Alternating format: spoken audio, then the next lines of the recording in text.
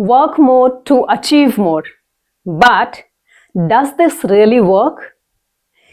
You might aware that recently Mr. Narayan Murthy suggested that we should all work for at least 70 hours a week.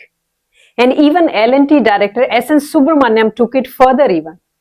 He suggested that we should work for 90 hours at least. And even we must work for Sundays as well. And naturally, this has got everyone talking about. And I do agree with this, that working hard and being dedicated is quite significant and crucial for the success, even for the organizational success. But if we look into the science behind the productivity and well-being, it's not so simple. Let me share some of the evidences around the globe related to productivity and working hours. You might be aware about the research conducted by OECD. It has been found that countries with the shorter working hours have higher productivity comparatively. And you can quote the example of Germany. You might be aware about that average working hours in Germany are 34 hours per week, among the most productive country around the globe. Even South Korea reduced their working hours from 68 to 52 in the year 2018. And what they found is boosted the work efficiency and reduced the burnout among the employees. And working hours beyond 40 lead to diminishing return. The study conducted by Stanford University, and it has been found that productivity drops sharply after 50 hours of work. And even at 70 hours, the extra hours contributes virtually nothing to productivity. And further, we can also see the working days, the experiment conducted in Sweden. They conducted an experiment of 6 hours workday experiment. And what they found is increased productivity by 25% and reduced stress level among employees and improved work-life balance. And similarly, in Japan, work-life reform. Why they did so? The increased death by overwork. So they decided to reduce and limit the total overwork per month is 45 hours only. And they found that employee satisfaction and efficiencies improved significantly. And you would be surprised knowing the human cost of long working hours.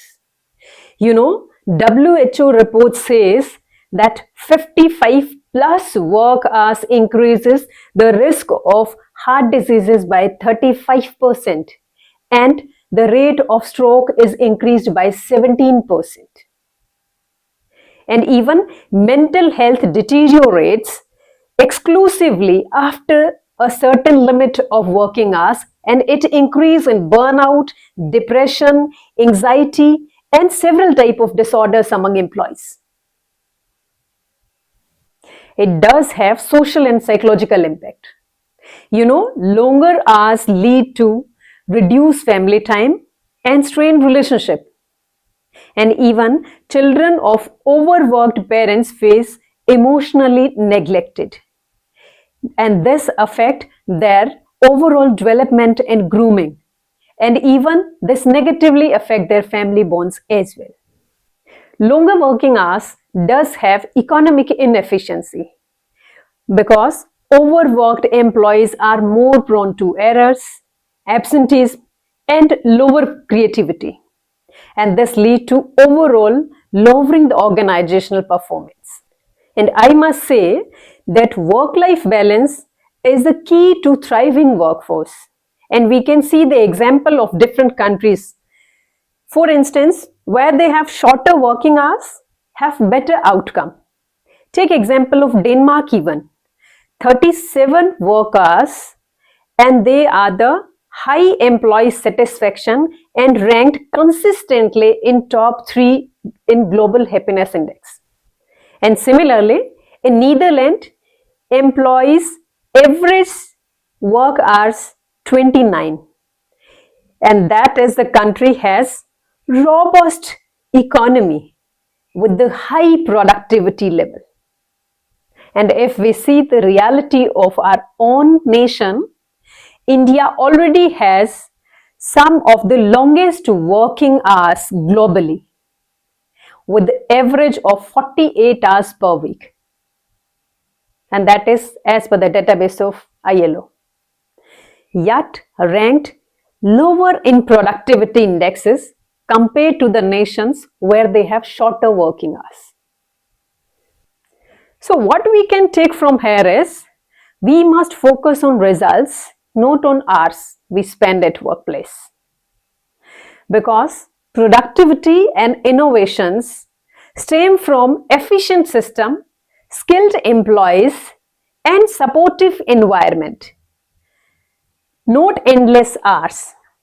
And the organizations must take care of their employees. They must prioritize employee well-being.